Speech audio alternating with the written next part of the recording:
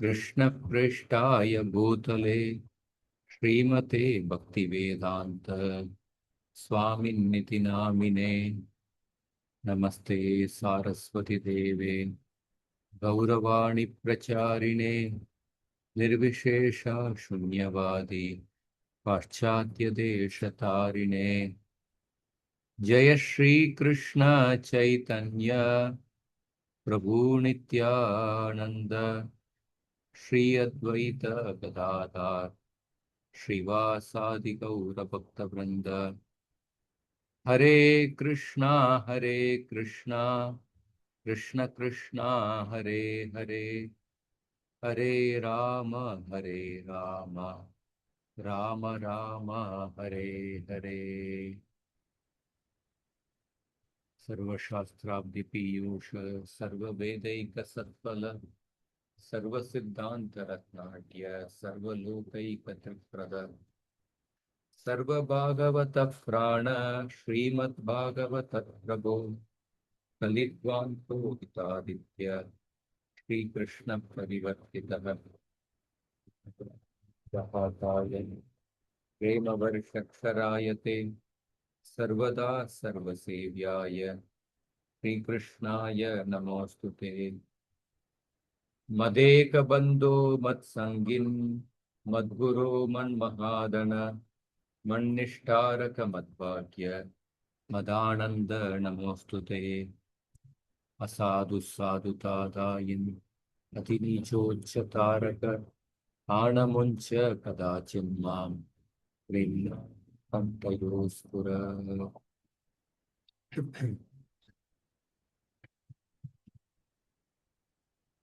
We saw the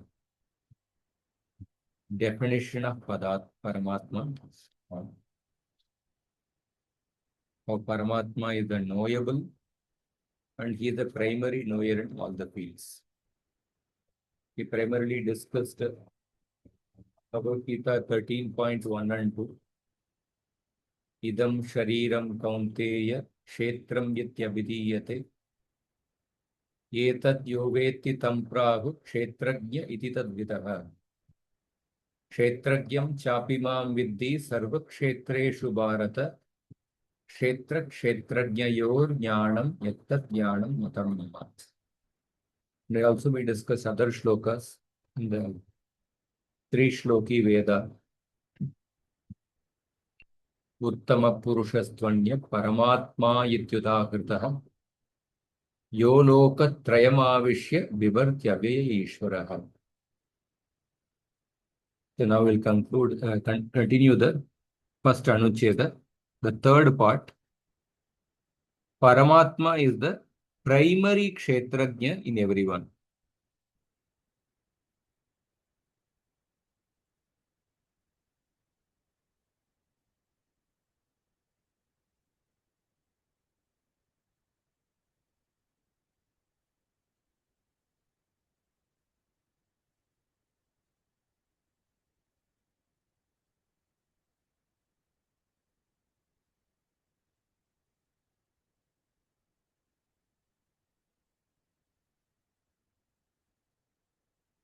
So,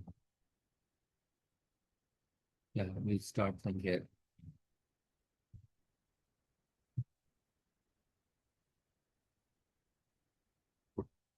Tasmat idam shariram, Gita 13.1. Ityadikam punarittam vivechaniyam. So therefore, in the light of the above discussion, we must re-examine punaha vivechaniya. We must re-examine the statements of the Gita 13.1 and 2, beginning with idam shariram kaunteya. So idam iti swaparoksham ityartah. Idam iti swaparoksham ityartah. Swaswa aparoksham ityartah. The pronoun idam indicates that which is directly perceptible or in proximity to each individual. Swa aparoksham, that means that which is directly perceivable, and that which is in proximity to each individual. Because every individual directly perceives his own body. Therefore, Krishna used the word idam. Sharira Kṣetrajña Sarira Kṣetrayor Aikat Kṣetrayor Ekaikattvena Grahanamatra Vyakti Paryavasanena Jati Puraskarenaiveti Gamyate.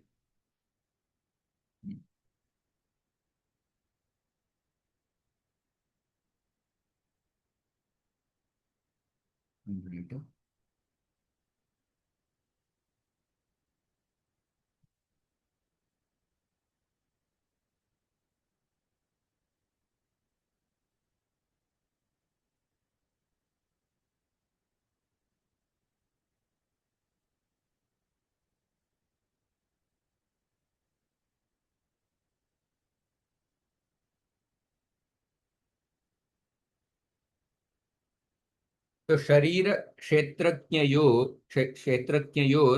Ekaikatvena Grahanam Atra Vyakti Paryavasanena Jati Puraskarenaiva iti Gamyate. So the use of the singular for both the Sharira and Kshetra. Because Krishna has used the word idam shariram. Shariram is in Ekavachana. Idam shariram kaunteya kshetram ityabhidiyate. Kshetram is in Ekavachana. Etad yoveti tam prahu kshetrajña. Kshetrajña is in Ekavachana. So Sharira Kṣetrajñayor Ekaikatvena, that means he has used the Ekavachana. Grahanam atra vyakti paryavasanena jati puraskarenaiveti gamyate. The use of the singular for both Sharira and Kshetra in this verse should be taken to mean the individual bodies. For denoting the class of the individual bodies, Ekavachana is used. It's not that there is only one body in the whole world. No. Individual body as a class is being referred in the Ekavachana. Because according to the Advaitavada theory, there is only one Atma, Ekatmavada. It's not that Krishna is supporting the Ekatmavada. He has used the Ekavachana to refer to the class of the bodies. And similarly, Kṣetrajña, the Atma, it's not that there is only one Atma. There are unlimited Atmas. But here Krishna has used the word singular, Kṣetrajña, in order to refer to the class. Sarvakṣetreshu iti bahuvachenena anuvadat. So this is necessarily the case because in the next verse, the plural in all kshetras is used. Next verse is it that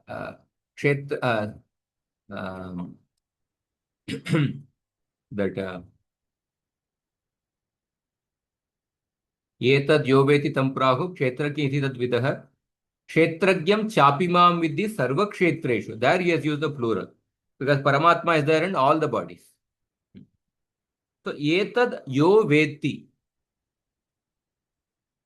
Etad yoveti ityatra. So in the statement, the one who knows the body is called the knower of the field. So in that statement, Deho Savoksha Manavaha Ityadau Sarvam Puman Veda Gunam Cha Tajñaha Ityukta Disha. So Jiva Goswami is quoting a shloka from the Hamsa Guhya prayer, 6.4.25. So the act of knowing means to know from the particular perspective indicated in the previously quoted Bhagavatam verse. So although the Jivatma can know all these, that means the body, the senses and so on, as well as the gunas of the material nature, but he does not know the omniscient, unlimited Bhagavan. Sarvan Puman Veda Gunam Cha Tajñaha Ityukta Disha. Although he knows the body, the three modes of nature, but he does not know the Paramātmā, who is the knower of all the bodies. Kṣetrajña yeta manaso vibhutihi. Bhagavatam 5.11.12. So again, the shloka which is quoted in the very beginning, the first anuccheda, the beginning, the Jadabharat's teachings. It yukta disha cha janati ityartha. So, and from the perspective mentioned in the first verse, under discussion here, the pure knower of the presentational field merely witnesses these beginningless modifications of the impure mind. Kṣetrajña yeta manaso vibhuti.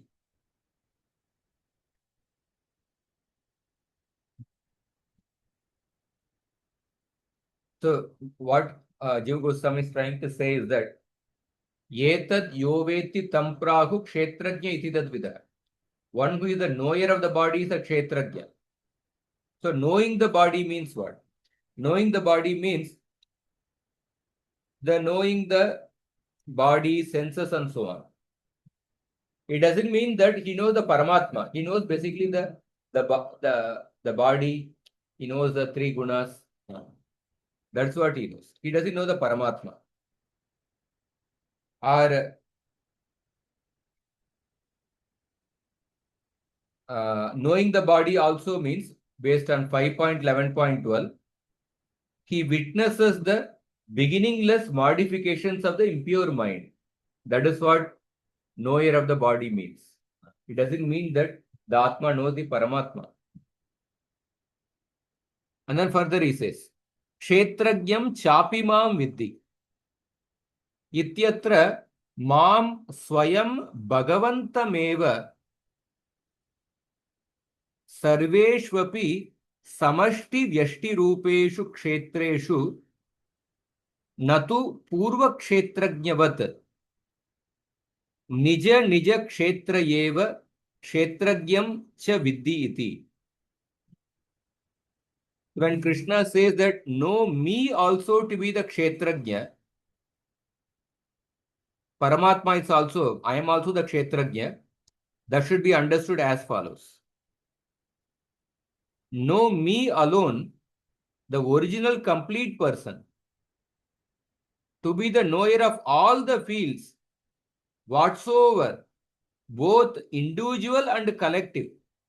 Mam swayam bhagavantameva sarveshvapi samashti vyashti rupeshu kshetreshu natu purva kshetrajñavat nija nija kshetra eva. Not like the Jivatma. In the case of the Paramātmā, he knows all the fields, both the individual bodies and the collective body. Unlike the previously mentioned knowers of the field, who know only the individual field of the respective bodies. And the same idea is also mentioned by Krishna in 10.42. Vishtabhyaham atava bahunaitena kimnyatena tavarjuna Vishtabhyaham idam krishnam ekamshena sato jagat. I pervade and support this entire cosmos by a single fraction of my power. Ekamshena sato jagat.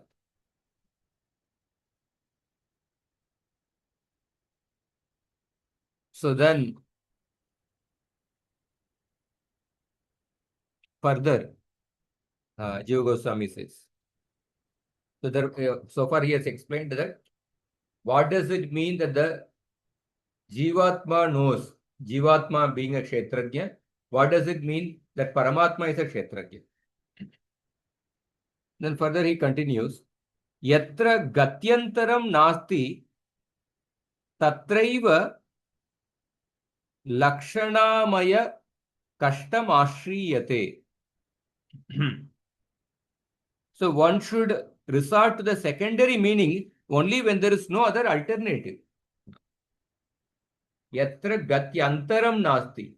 Gatyantaram nasti means only when you cannot actually explain something by using the primary meaning, then only you should take the secondary meaning. Just like Gangayam Goshapalli, the primary meaning does not make sense. There cannot be village on the Ganges. So because the primary meaning does not make sense, then you take to the Lakshana Vritti. And the primary meaning itself makes sense. Why should you take to the resort to the secondary meaning? Just like Yadgatva na nivartante tattama paramam amma. Having reached the spiritual root does not return, the primary meaning is so clear. Anadya vidya yuktasya, primary meaning is very clear. Beginningless ignorance. Why should you take to the secondary meaning? So tatapi yena samanadikaranyam yadi vivakshitam syat tarhi Kṣetrajñam chapimam viddi it yetavadeva tam cha mam viddi it yetavadeva va procheta natu sarvakshetreshu bharata ityadikamapi. Even so, tatapi, or if by these words Krishna's intention was to equate the Jivatma to himself, then instead of saying, know me also to be the knower situated within all the fields, he would have simply said that, know me to be the Kṣetrajña also of that precise nature. Or know me to that exact same extent. And there would have been no need of that addition in all the fields, O Bharat. Because Advaitavadi's interpretation is that the Jivatma is one with the Paramātmā. That Krishna had also intended to say the same thing. That the Jivatma is one with himself. Then he would not have mentioned Kṣetrajñam chapimam viddi. Instead of that, he would have said that Mam viddi yetavadeva. He would have only said that Mam viddi. Just know me also to be the knower. So he would have simply said that know me to be the Kṣetrajña. Mam viddi ityetavadeva. Ityetavadeva va procheta. And then, or know me to be that exact same extent.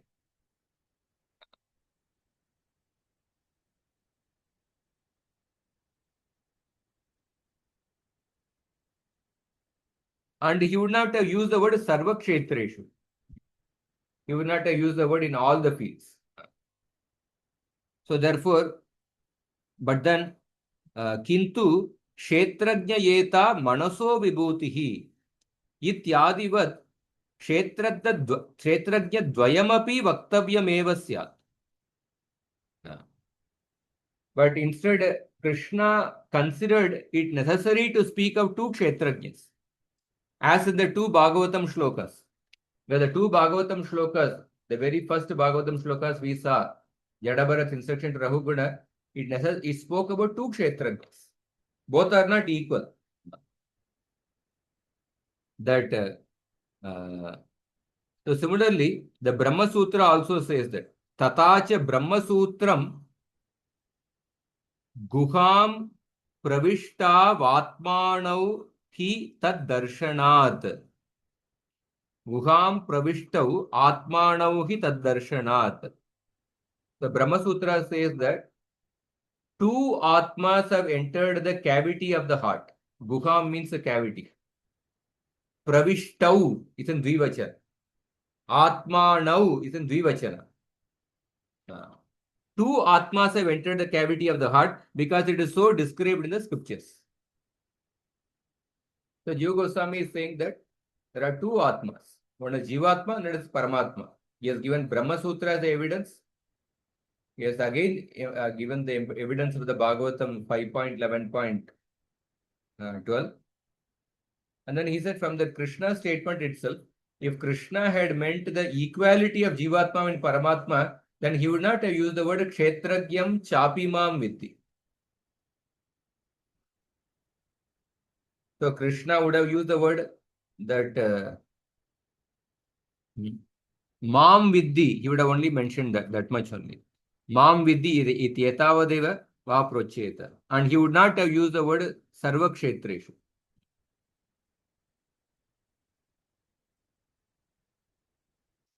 And then further, Tad Vaidyameva Tadvaidyameva Chopasamhritam Purusha Prakritistohi Ityadina. Furthermore, Krishna concludes the topic by saying that there are indeed two types of Kṣetrajña. So where does he mention? So generally when a person introduces a particular subject, the same thing he will conclude in the same subject, he will conclude in the end also.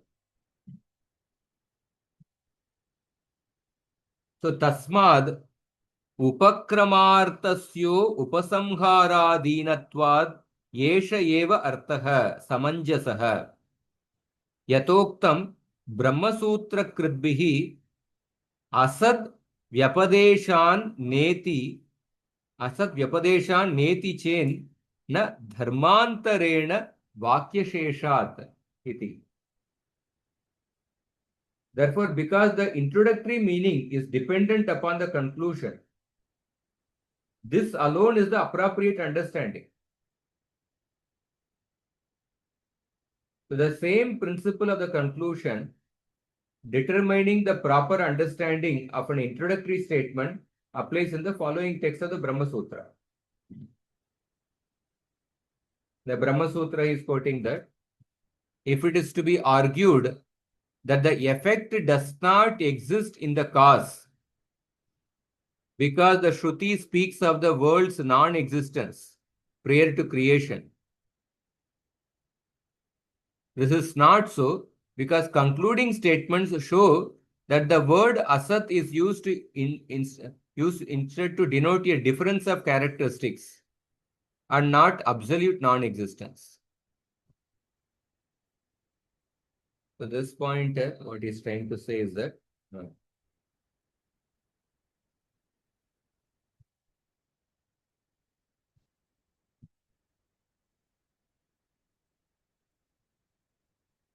see, so the point here is that in this paragraph, see, in the beginning of the Bhagavad Gita, 13.1, in the beginning of the 13th chapter, Krishna spoke about two Kṣetrajñas. 13.2, he spoke about the Jivatma Kṣetrajña. 13.3, he spoke about the Paramātmā Kṣetrajña. Kṣetrajñam Chapimam Viddhi, or 13.3 and 4. And when he concludes the topic, when he concludes the topic also, he speaks about two Kṣetrajña. About the Jivatma Kṣetrajña, he speaks in the shloka, Purusha Prakritistohi Gungte Prakritijan Gunan Karanam Gunasangasya Sadasad Yoni Janmas. In this shloka, he speaks about the Jivatma Kṣetrajña. And the next shloka, he speaks about the Paramātmā Kṣetrajña. Upadrashtanu mantacha Bharta Bhokta Upadrashtanu mantacha Bharta Bhokta Parameshwaraha na Upadrashtanu mantacha shloka Paramatmeti chapyukto dehesmin purusha para Upadrashtanu mantacha Bharta Bhokta Maheshwara. Yeah, Paramatmeti chapyukto dehesmin purusha para. So when he concludes the topic, there also he spoke about the two Kṣetrajñas. So therefore, the beginning and end, both the places he spoke about the two Kṣetrajñas. Therefore, you cannot say that both the Kṣetrajñas are one in all respect.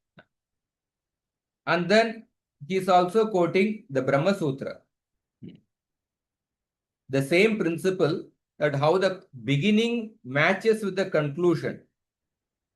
It also applies in the Brahma Sutra 2.1.17.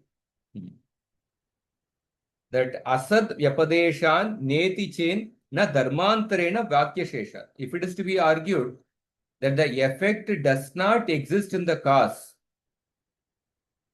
because the Shruti speaks of the world's non-existence prior to creation. This is not so, because the concluding statement shows that the word asat is used instead to denote a difference of characteristics and not absolute non-existence. With this point, when you read the commentary, will become clear.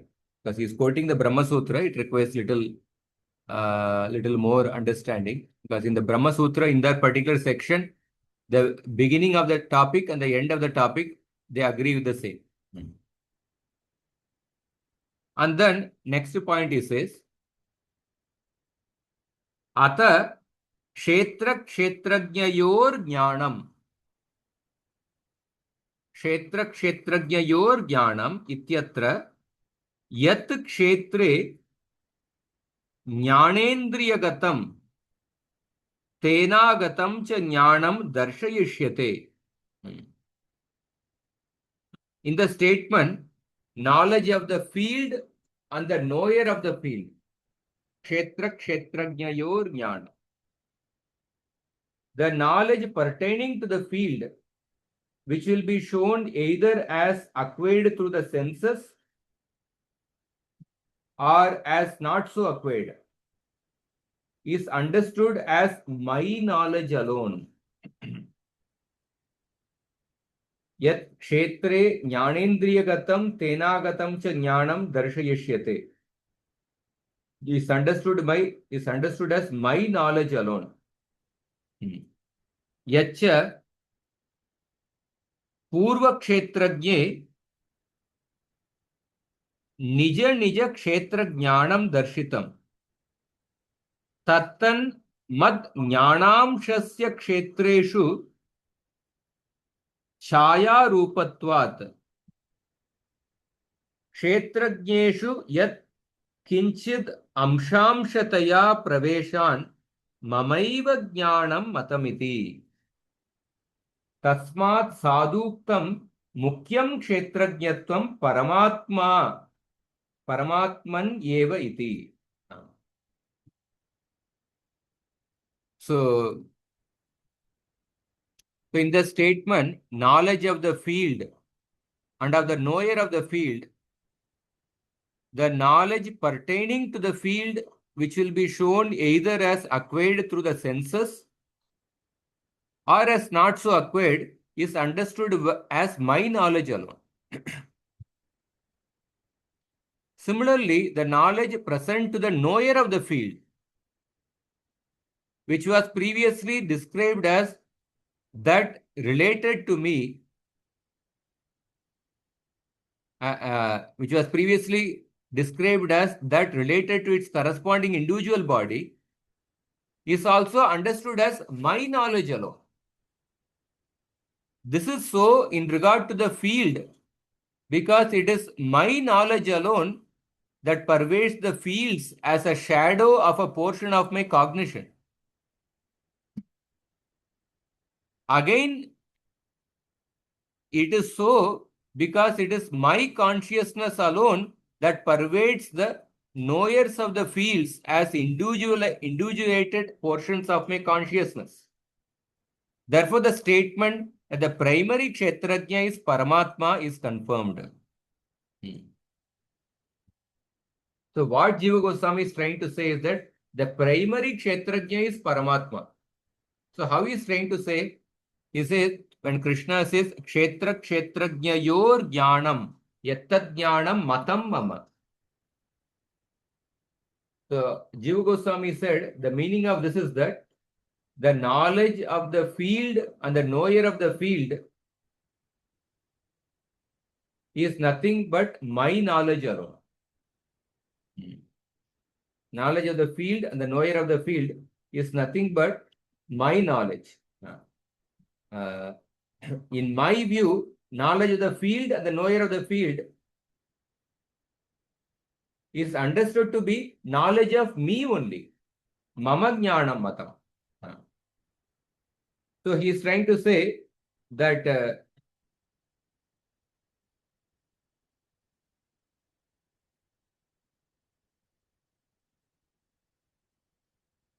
so the knowledge pertaining to the field is understood as my knowledge alone. Similarly, the knowledge present to the knower of the field is also understood as my knowledge alone. Because that it is Krishna's knowledge alone that pervades the fields as a shadow of a portion of my cognition. It is only Krishna's knowledge only that is pervading the fields as a shadow of the portion of my cognition. Again, it is Krishna's consciousness alone that pervades the knowers of the fields as individuated portions of my consciousness.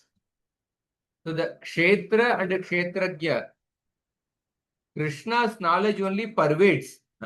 Krishna's knowledge only pervades the Kshetras as a shadow of a portion of my cognition. And it is Krishna's consciousness alone that pervades the knowers of the fields as the individuated portions of my consciousness. So therefore, the primary Kshetrajña is Paramātmā only. Tasmat saduktam mukyam Kshetrajñatvam Paramatman eva iti. So we'll first try to go through the commentary for this particular portion.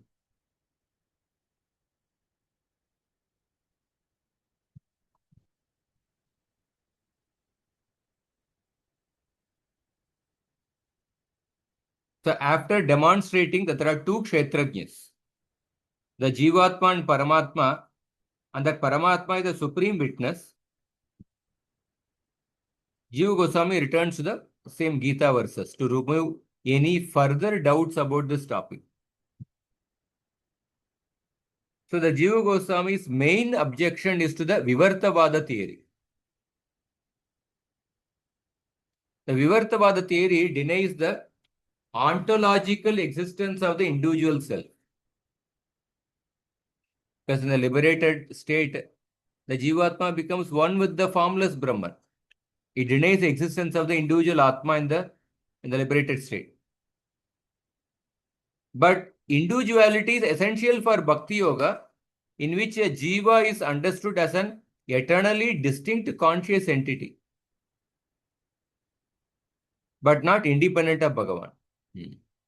So the idam word indicates proximity, namely that the body is directly perceivable, the Kshetrajña.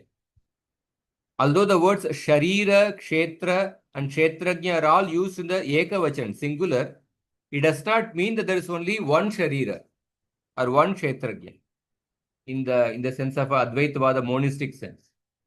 The singular represents the whole class. Even according to Vyakarana rules, the singular can be used to while referring to a particular group. Jati Puraskara.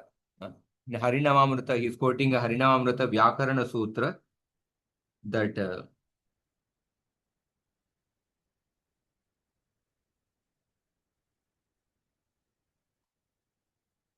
Jatyakyayam Ekavachane Bahuvachanam cha. For referring to a Jati, you can use Ekavachana. So in the statement, know me also to be the Kshetrajña in all the bodies whatsoever, the pronoun me indicates that Bhagavan is the Kshetrajña in all the bodies.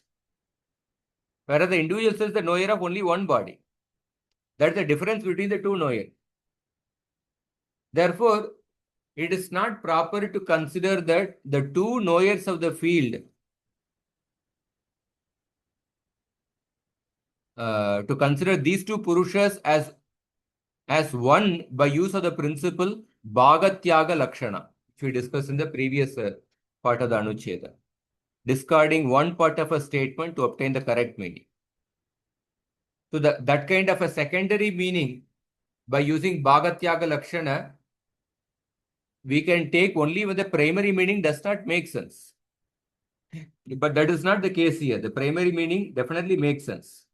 In the Sahitya Darpana, it is said that Mukhyartha Bade Tad Yukto Yayanyortha Pratiyate Rude Prayojanat Vapi Lakshana Shaktir Arpita. Only when the Mukhyartha does not make sense, then you can take the secondary meaning.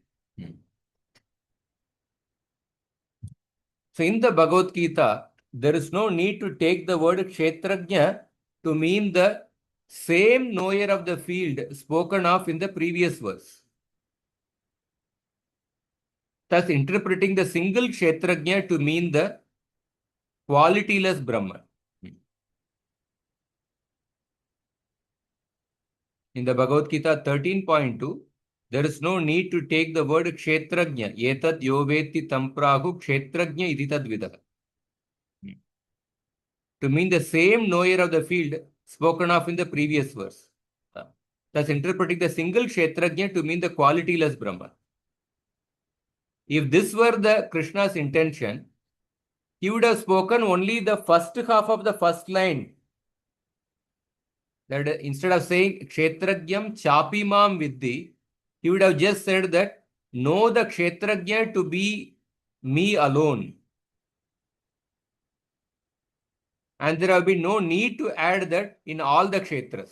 Kṣetrajñam chapimam viddhi sarva Kshetreshu. There is no need of the word sarva Kshetreshu. If Krishna had meant that both the Kshetrajñas are same,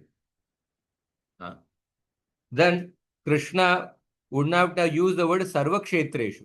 He would have just said that know the Kṣetrajña to be me alone. I am the same Kṣetrajña. So the later phrase would then serve no purpose and would become redundant. But since Krishna had used the word sarva Kshetreshu, and assuming that Krishna is not using the words unnecessarily, his statement clearly identifies there are two Kṣetrajñas. One is the individual Atma and another is the Paramātmā. And then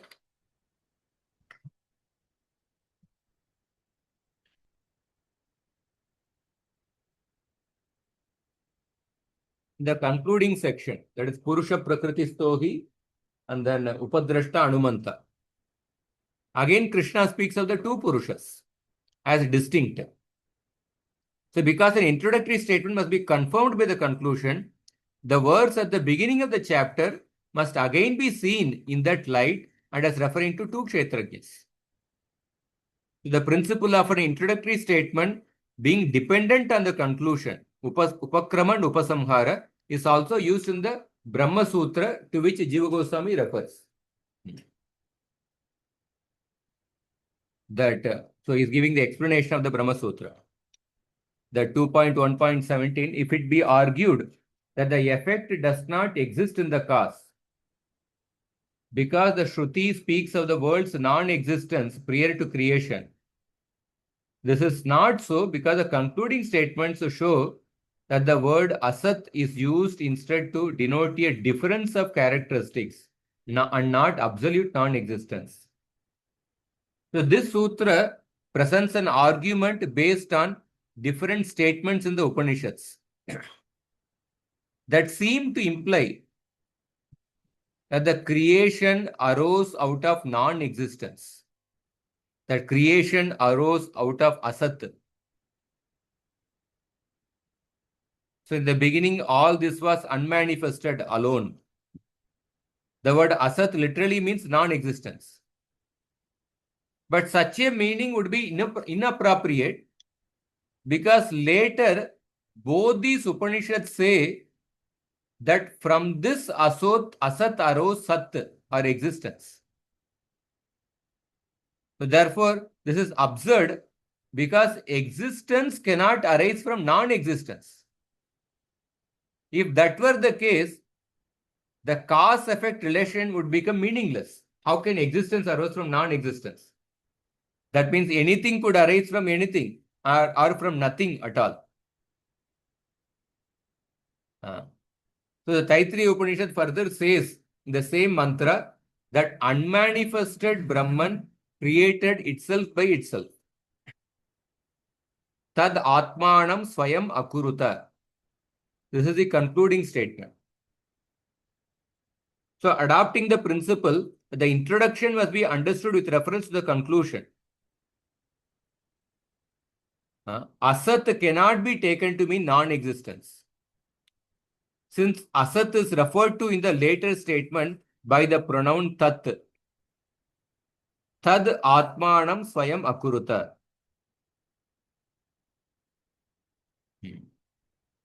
So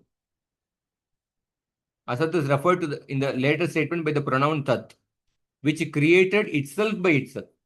So the import of the statement is that the reality indicated by the pronoun that has potency to manifest, and thus it is not non-existence. If Asat meant absolute non-existence, then it could not be referred to by a pronoun. Therefore, Asat is interpreted to mean the uncaused cause, or in other words, the unmanifested source condition as contrasted with the state in which distinctions of phenomenal name and form become manifested. So you'll have to read again, but the point is that Jiva Goswami is trying to say that the principle how the beginning matches with the conclusion, we can also see the Brahma Sutra 2.1.70. If people say that, if somebody says that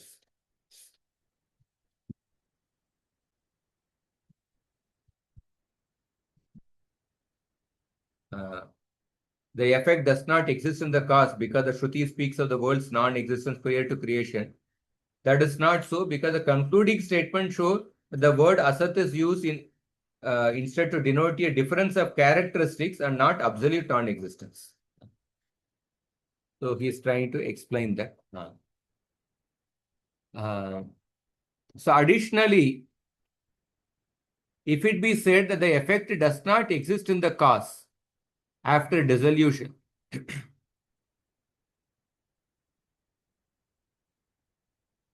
because there is a statement that the world is then asat, it is replied that such is not the case, because the word asat there refers to an alternate state of the effect and does not mean absolute non-existence. The existence of the two Kṣetrajñas is also confirmed by Brahma Sutra. The two Atmas who have entered the cavity of the heart are the Jiva and Paramātmā, because it is so described in the scriptures. So this part, if you want, you can read it again. But the point is that the beginning statement and the concluding statement, they usually, they always, they confirm both. The same thing what is spoken in the beginning is also spoken in the end. So Krishna began the 13th chapter by speaking about two Kṣetrajñas. And in the concluding section, 13.21-22, there also speak about the two Kṣetrajñas. And this principle is also spoken in the Brahma Sutra 2.1.70. So the details of that argument, you'll have to read it once more, because essentially what he is trying to say is that that Brahma Sutra, there also we see the same principle being applied. Beginning and end, they convey the same thing. And then further,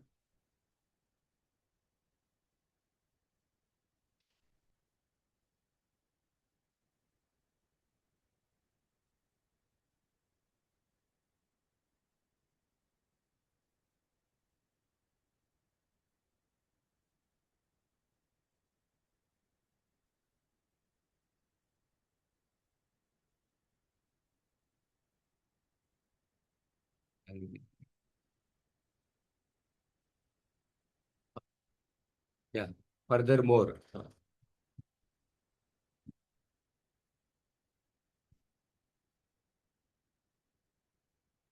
Okay. So in the statement. Okay. So atra.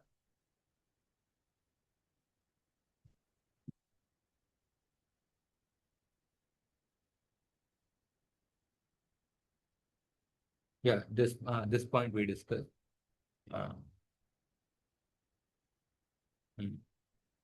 So the manifest atra Shri Bhagavatah Paramatma Rupena Avirbhavopi Ajanicha Yanmayam Tad Avimuchya Niyantru Bhavet. He is quoting Bhagavatam 10.87.30. Ityukta Disha Shakti Vishesha Lingitvat Yasmad Evamshad Jivanam Avirbhavastenaiva iti Jneyam. The manifestation of the Paramatma feature of Bhagavan is also indicated by the personified Shruti. So he is confirming the Paramatma feature of Bhagavan by quoting the prayers of the Vedas personified. So there the Vedas are saying that, O Eternal One, you from whom all these jivas have come, being their cause, pervade them unrestrictedly, completely. Therefore, thus you are the regulator. Ajanicha yanmayam tad avimuchya niyantru bhavet. So according to this understanding, Paramatma is to be known as that partial form of Bhagavan. Yasmadeva amshat jivanam avirbhavas tenaiva iti jneyam. So according to this understanding, Paramatma is to be known as that partial form of Bhagavan who possesses special potency and from whom the living entities appear. So Paramatma is to be known as that partial form of Bhagavan who possesses special potency and from whom the living entities appear.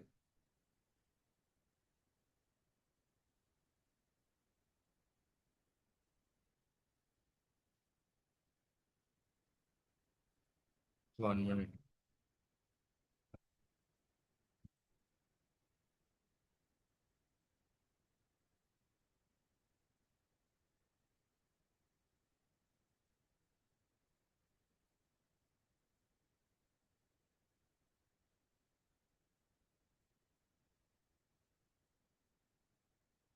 So according to this understanding, Paramatma is known to be that partial form of Bhagavan who possesses a special potency and from whom the living entities appear. As it is stated in the Gita, Vishtabhyaham idam krishnam ekam shena sito jagat. And also in the Vishnu Purana, it is mentioned, Yasya yuta yutam shamshe Vishwashaktiriyam stita Parabrahmaswarupasya Pranamamatam. We offer obeisances to the immutable Supreme Brahman. This entire cosmic energy is situated in a portion of 10 crore or 100 crore, part of his potency. So Purna Shuddha Shaktistu Kala Kashta Nimeshadi Ityanena Darshita. So the complete pure potency is indicated in the Vishnu Purana. May that Bhagavan Hari, who is pure, be propitiated by us. The potency instrumental in the perception of the various divisions of time, such as Kala, Kashta, and Nimesha, is not that of the pure, is not that of the Bhagavan, but of Paramatma. So the complete pure potency of Bhagavan is indicated in the Vishnu Purana. May that Bhagavan Hari, who is pure, be propitiated by us. the potency Kala Kashta Nimeshadi Kala Sutrasya Gochare Yasya Shaktir Na Shuddhasya Prasidatu Same Harihi. So the potency instrumental in the perception of the various divisions of time, all these various divisions of time, they are the potency of the Paramātmā and not of Bhagavan. Tata Sri Narada Pancharatre Sri Narada Uvacha Shuddha Sarga Maham Deva Jnatumichami Tattvataha Sargadvayasya Chaivasya Ya Paratvena Vartate.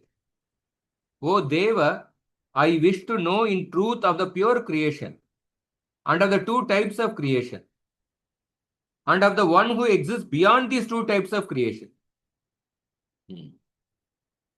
So then, in response, it is said, Tatraitad Purvoktaha Pradhanika Shaktaschetyetat Sargadvayasya iti Jneyam.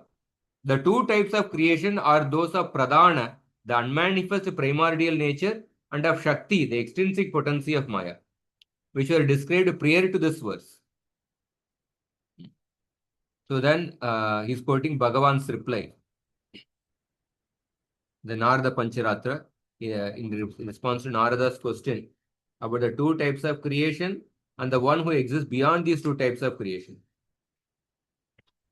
So I'll read the portion of the commentary and then.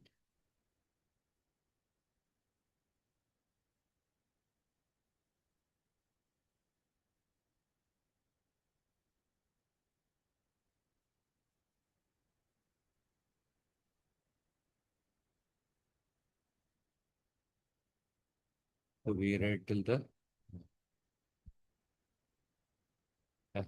So of the two Kṣetrajñas, our Paramātmā is the primary Kṣetrajña, whereas the Jiva is the subordinate.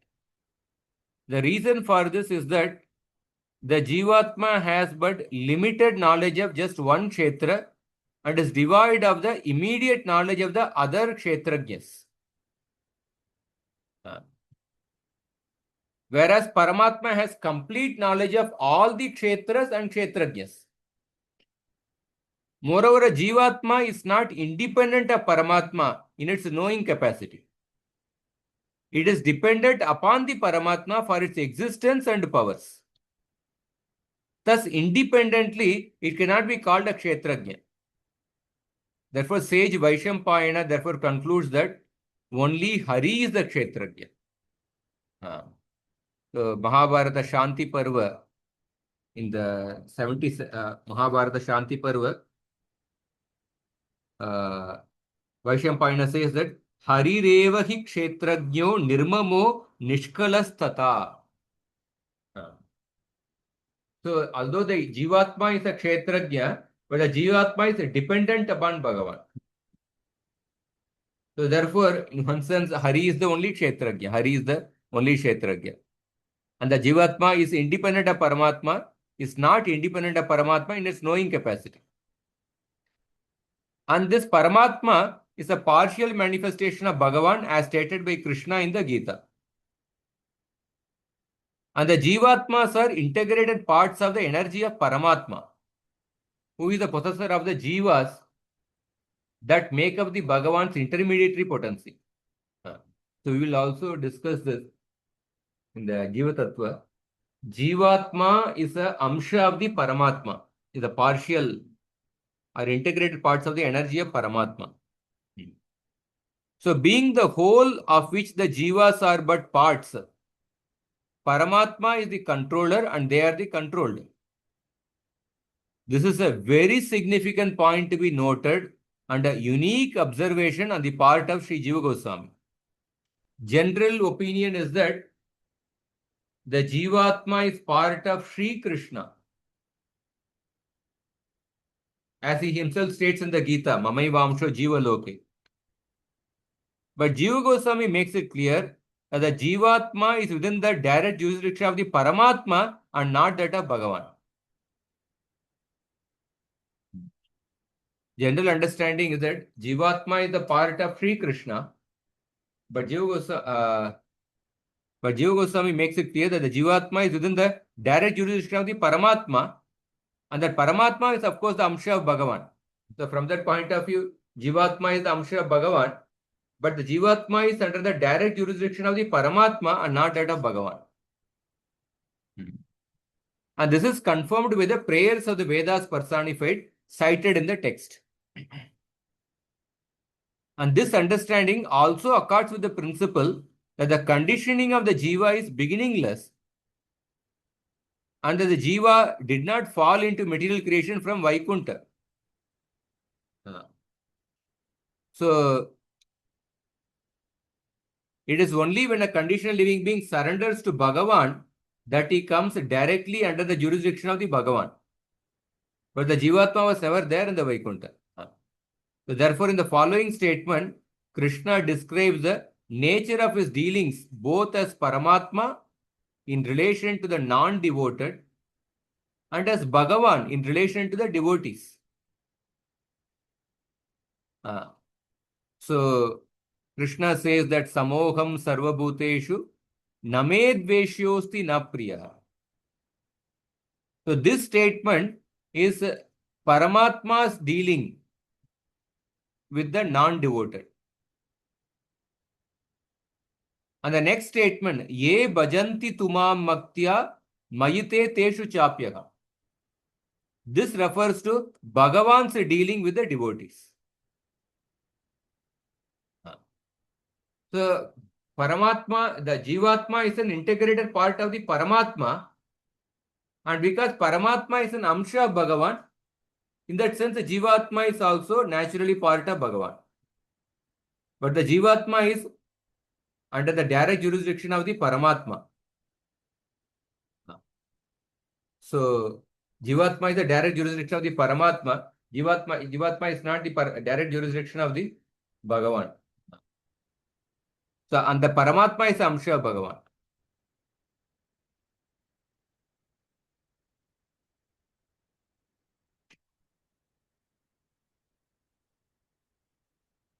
So, just as the word Kṣetrajña is used for both the Jiva and Paramatma, the word Purusha is also used for both of them. The reason for this is that just as a Jiva has a material body as its delimiter, likewise Paramatma has the material energy as its field of action, which is taken figuratively to be his delimiter, though in reality it is not.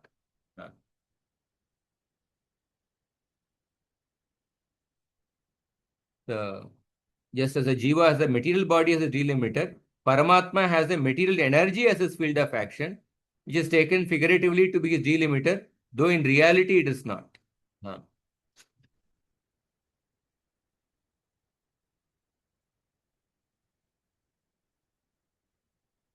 So, 9:20 we must end here. We can go through it, and next time we'll complete this part of the anuccheda.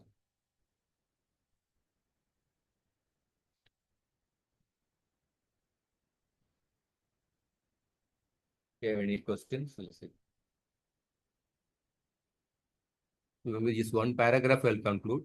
Then, after establishing Paramatma as the root or primary Kṣetrajña, Jiva Goswami devotes the rest of the section to be the presentation of supporting statements from various sources, declaring that Paramatma is the same as the Purusha expansion of Bhagavan for the sake of material creation.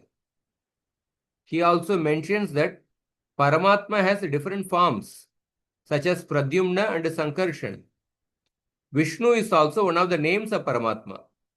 And then in the next anuccheda, he will go on to explain the three manifestations of the Purusha. So we will go through that Narada Pancharatra Bhagavan's reply, that those verses we'll go through it next class. So are there any questions? Okay. Hare Krishna, Prabhuji, Dandavat Pranam. Yes, sir.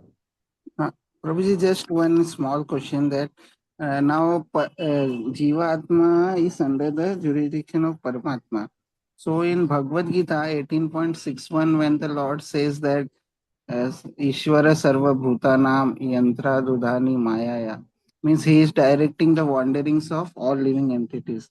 So there the Ishvara means Paramātmā, no, not direct Krishna. We have to understand that. Paramātmā. Yes, yes. Okay, Prabhu. Thank you. Hari.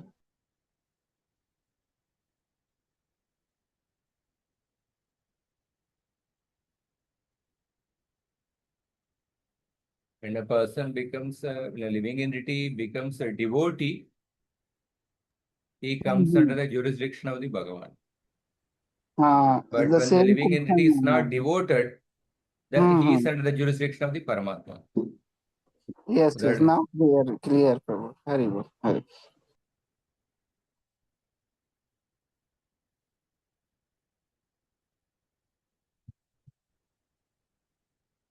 so I request you to go through it, and then we'll continue. We'll complete this first and anuccheda the next class.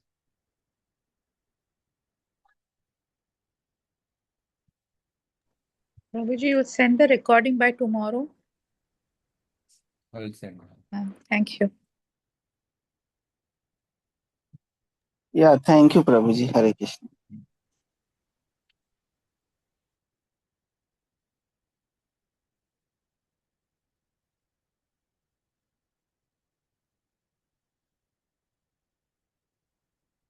Grantara Srimad Bhagavatam ki jai. Srila Prabhupada ki jai. Gaura Bhakta Vrinda ki jai. Hare Krishna. Thank you.